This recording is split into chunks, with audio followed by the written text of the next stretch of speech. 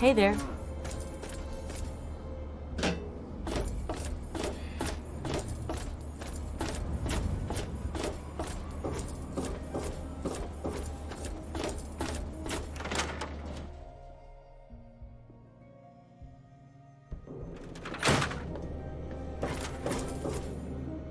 What's up? Anything? Good to see that old house finally found an owner. I have all sorts of items and themes for that place that may interest you.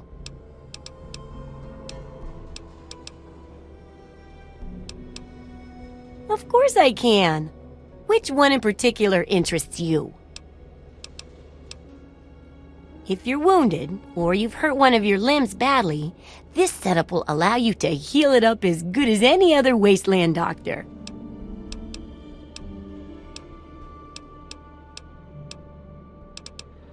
This setup is great for experimenting and coming up with all sorts of useful concoctions.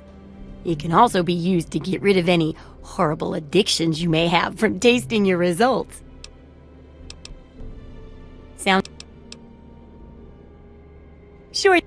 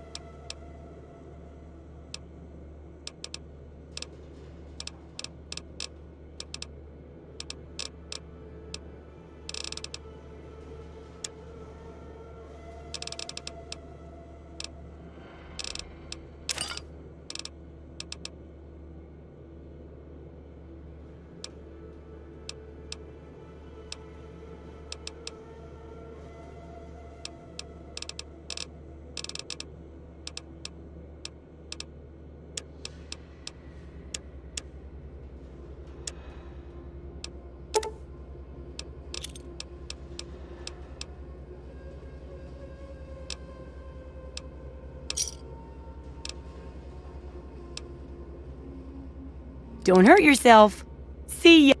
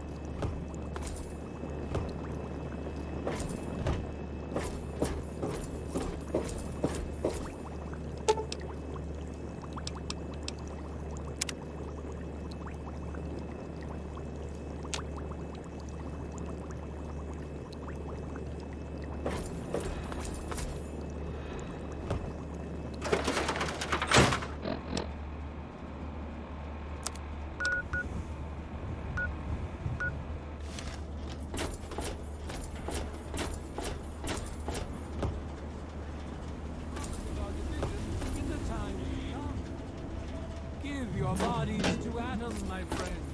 Release yourself to his power. Feel his glow.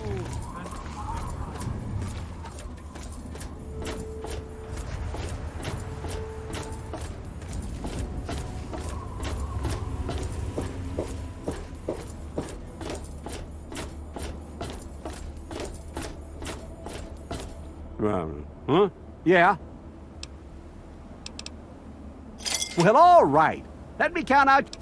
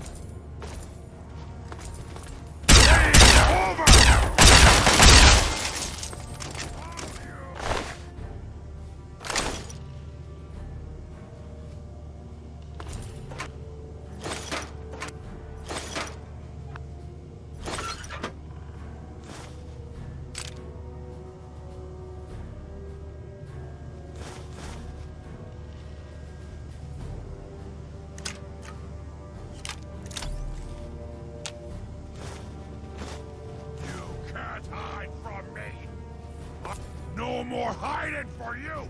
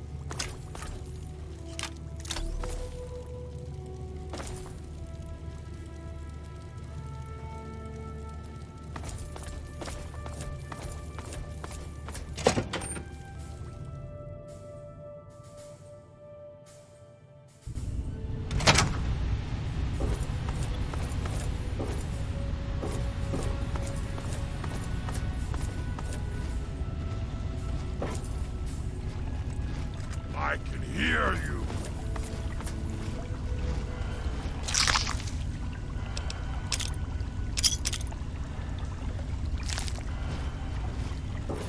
What? Here! Die now! Now try and hide from this! You die now, human!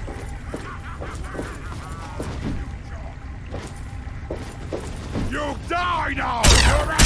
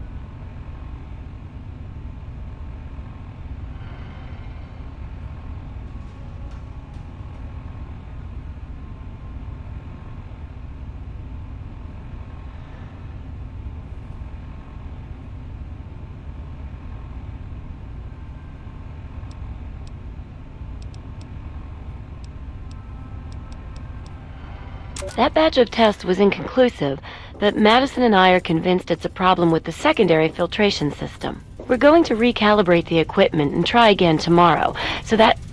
James, please. I'm trying to work. Now's not the time. So that's the next step. Assuming we get the results we need, we'll move on to... James! Stop! I need to finish these notes. We'll move on to diagnosing the issues with the radiation dampeners. That should... Ow! James! Now? We really shouldn't.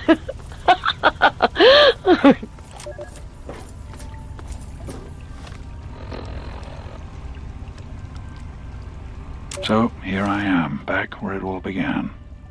Project Purity. God, we wanted to change the world. We really thought the waters of life could be a reality. And that's why this is a momentous occasion. Because even after 19 years, I still believe it. Project Purity can and will be operational. This is just the beginning.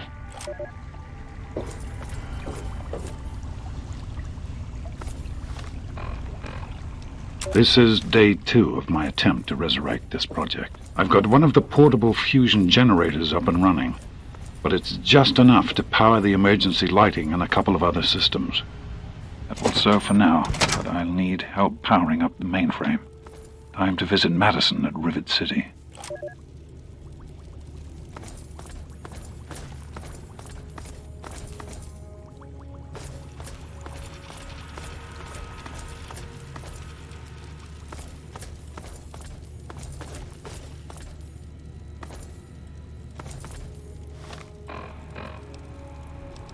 I spoke with Dr. Lee, Madison, at Rivet City. It went about as well as I expected. That is to say, she thinks I'm completely mad. How can I blame her? She's got her own life, her own team, and is making real, tangible scientific progress. Here I come again, the very paragon of failure and false promises. But the reality is, I need Madison and whatever scientific team she may have assembled. I can't do this myself. Project Purity is bigger than me. It always was. And without Catherine... God, I can't let this die. Not again. Not like this.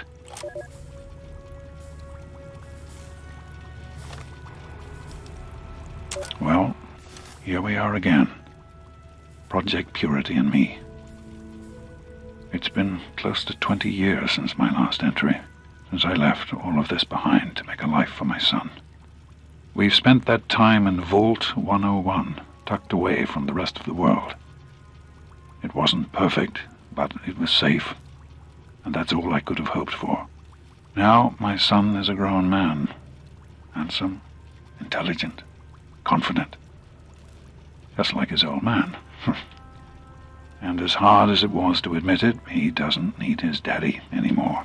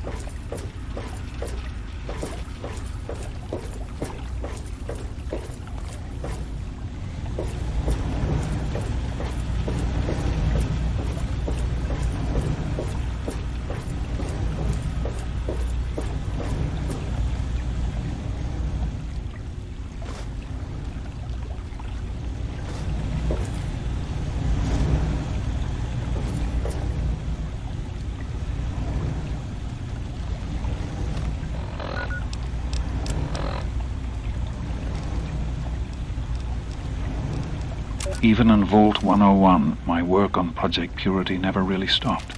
Soon after we arrived, my nightly routine included sneaking into the restricted areas, searching for, I don't know, whatever I could find. It was a Vault-Tec facility, after all. The place was built with some of the most advanced technology this country had ever developed. Those excursions never turned up anything particularly useful. So, one night, after half a bottle of scotch, I broke into the overseer's office. It was easy enough to hack his console, gain access to the restricted files. Most of it was garbage. Propaganda, spy reports, just plain rambling bullshit, really. But there was one thing, one name that stood out amongst all the others. Dr. Stanislaus Braun.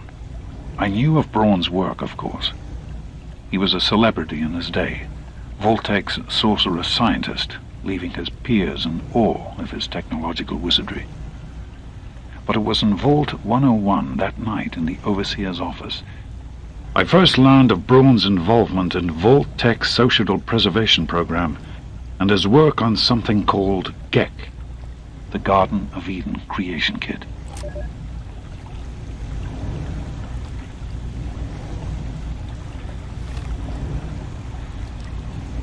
To be honest, the GEC sounded like pure fantasy, even for someone of Braun's capabilities. It was nothing short of a miracle. A terraforming module capable of producing life from complete lifelessness. But not only was this thing a reality, it was actually distributed to several vaults to be used after an atomic war. Vault 101 was, sadly, not on that list. I did some digging and discovered Braun's name on the reservation list for a Vault 112. I'm no slouch, but this man, he could have easily succeeded where I failed. Does his collected knowledge remain within the halls of Vault 112? Journals, holotapes, computer records, maybe even experiments. If I could gain access to just a fraction of Braun's genius, Project Purity would become a reality. I'm off to Vault 112 to search for anything of Braun's that might help me get this purifier up and running. All I know is that it's west of some place called Evergreen Mills, and it's well hidden in some sort of garage. But I'll find it. I have to. It's so close, but that's the story of Project Purity, isn't it? An eternity of almost theirs. Let's see if Braun has the missing puzzle piece.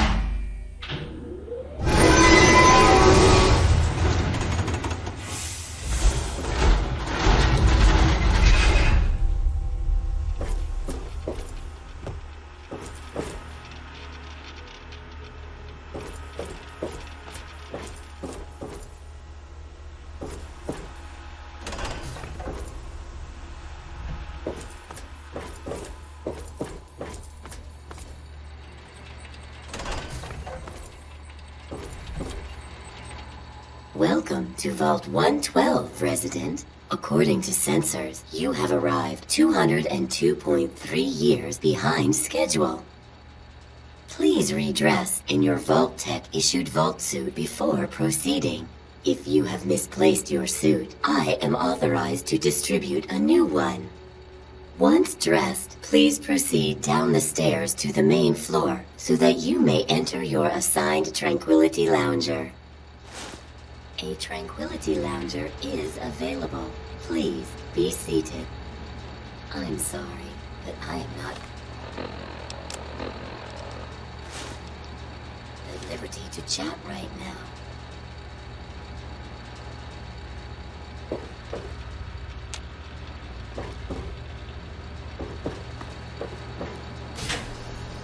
Please find the nearest Tranquility Lounger and be seated.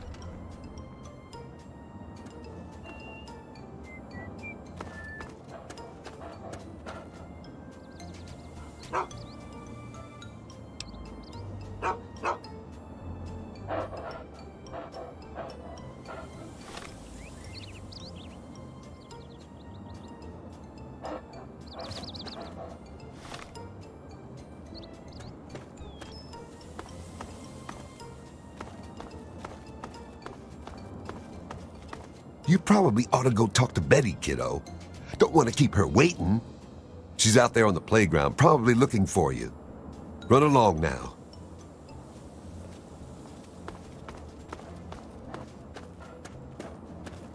Hi! Oh, someone new to play with. What good luck I have lately. I was just starting to get bored. Oh, we're going to have so much fun. This is Tranquility Lane. We all live here, and now so do you. Do you like games? I love to play games. I know a really fun game we can play. I knew you would. It's a really simple game. All you have to do is make Timmy Newsbum cry. He's the only other kid that lives here besides you. He's a big crybaby. You'll see. Make him cry, and then come back here so we can talk some more.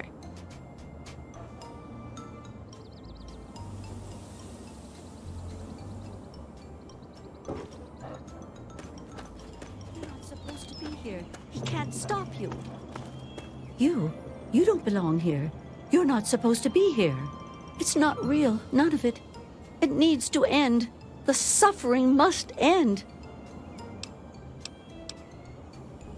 We're not really here. We're not really talking. It's all made up. Make-believe. We're sleeping, dreaming. The dream became a nightmare. It has to end. It just has to. But we're not in charge. He is. And he doesn't want us to wake up. He calls himself Betty now, but he's still the same. He can put on a new face all he likes, but underneath he's still evil. Braun. Bastard thinks because he helped create this place, he's God here. But I know he still uses the fail-safe terminal. I know it. It's in the abandoned house. He doesn't want us going in there because he's afraid we might find it. It's the only terminal to the outside.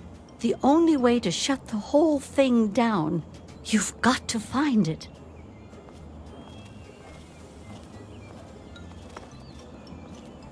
Hi there, I'm Timmy. Wanna play? You're a big dumb liar.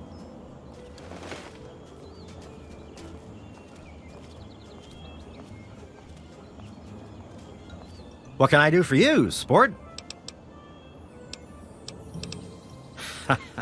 Such a kidder. You're on Tranquility Lane, of course. Where else would you be? My boy Timmy? Good kid. Straight-laced, good head on his shoulders. Never been in so much as a fist fight. We're a close-knit family. Don't know what any of us would do if something happened. Nope, afraid not. Don't you worry about it, though. You'll find him. Another perfect Saturday afternoon.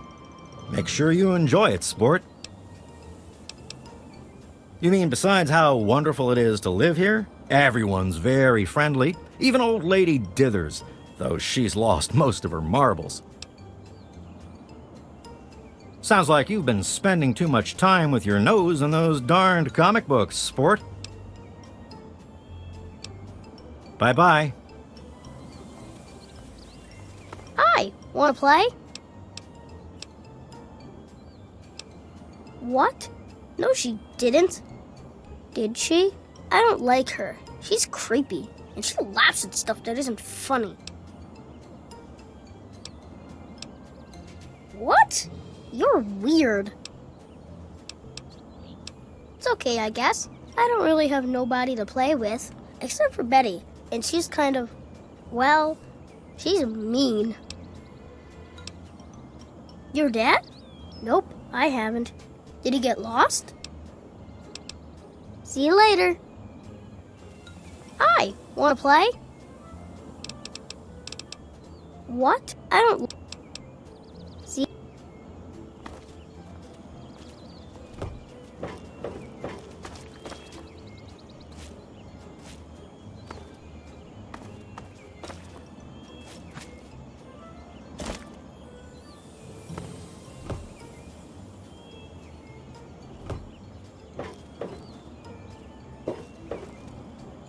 Good day. Hi, Janet.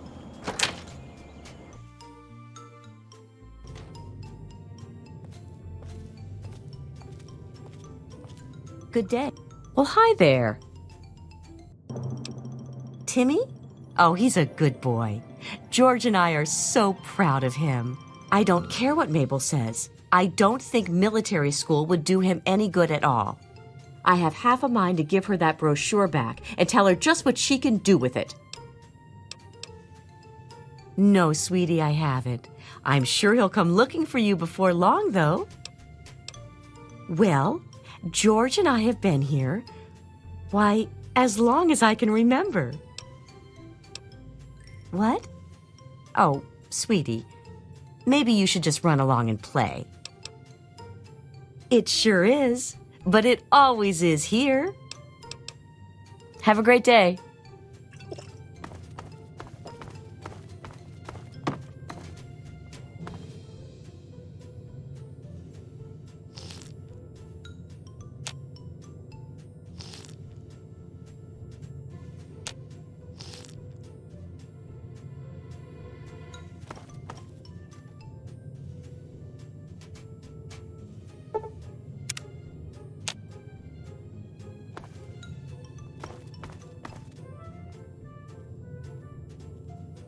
Hello.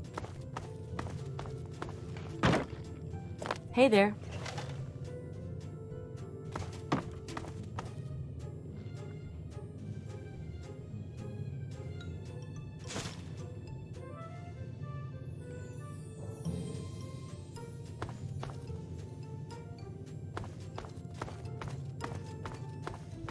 Hi, wanna play? What? No, I'm not. But I don't want to go away. I don't want to leave my mommy.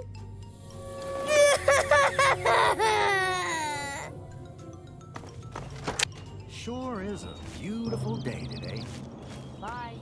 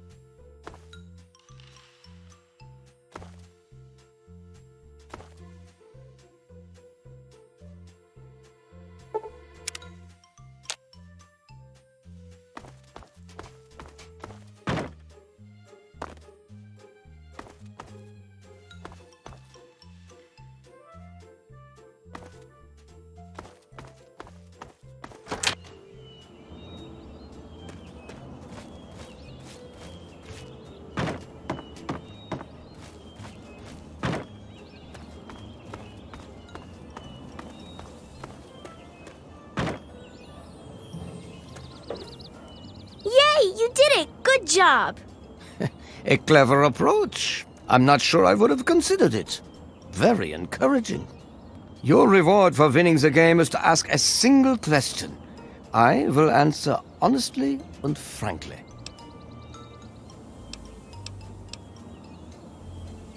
Your father?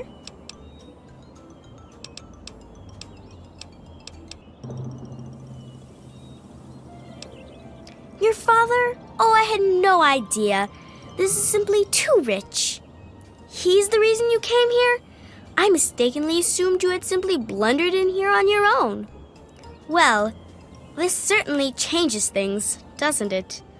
I dare say it gives you a whole new level of motivation to avoid angering me. Were I you, I'd be more concerned with myself at the moment. And besides, we're done with questions for now. Perhaps we'll address it at a later time. First, I have something else for you to do. Pay a visit to the Rockwells.